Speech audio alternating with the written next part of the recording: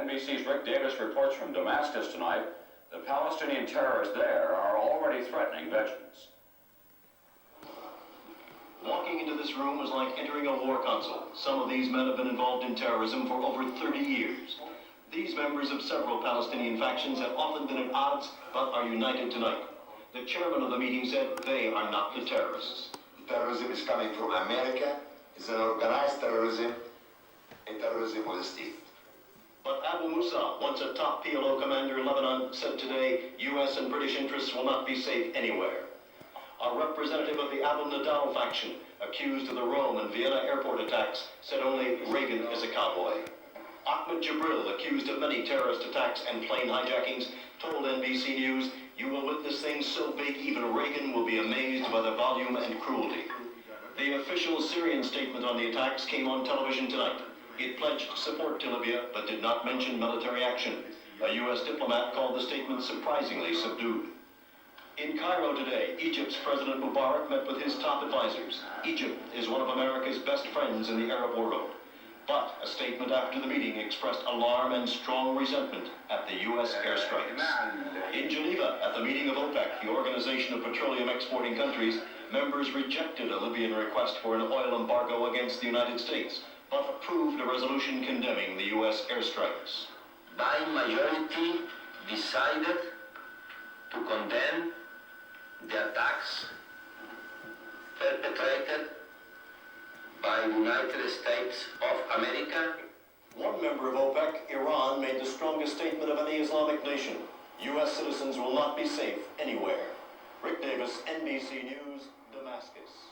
In a more specific threat, Jibril at that meeting called on the American people to be what he called prudent from now on, and he said they should not fly on Pan Am or TWA. In Washington, federal aviation officials directed airlines flying abroad to be extra vigilant. They also ordered new safety precautions, including more air marshals. And in London, a group representing the airline pilots of 60 nations said the pilots will boycott countries that promote terrorism. As NBC's Garrett Gottlieb reports now that this attack on Libya is over, around the world tonight, this fear of terrorism is as strong as ever. At the Rhine-Main Air Force Base today, there were new stringent security procedures. American servicemen in West Germany have been told to be off the streets by midnight, and many U.S. military off-base activities are being curtailed. And the move here is clear.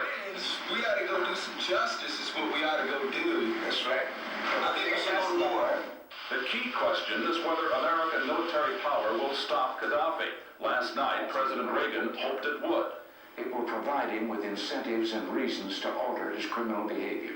But today, others saw a danger. I think the United States is going to find itself in a situation where it's going to have to escalate massively or back down.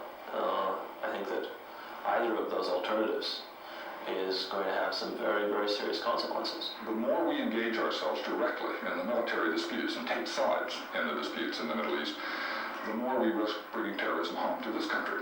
Many foreign policy specialists think that Muammar Gaddafi is vulnerable. He has few real friends in the Arab world, and despite the arms he displays, his only real weapon is terrorism. Israel, which has long used force against its enemies, thinks the United States has done precisely the right thing. This is a war declared not by us. It's a war declared by the terrorists and those countries giving them shelter and assisting them.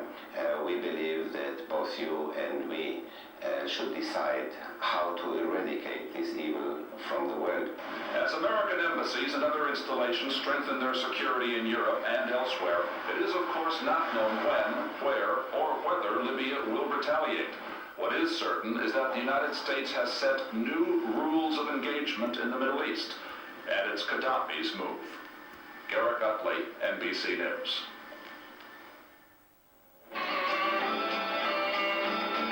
Today's German phrase means I would like a receipt. Ich möchte eine Quittung. That's Ich möchte eine Quittung. Ich möchte eine Quittung.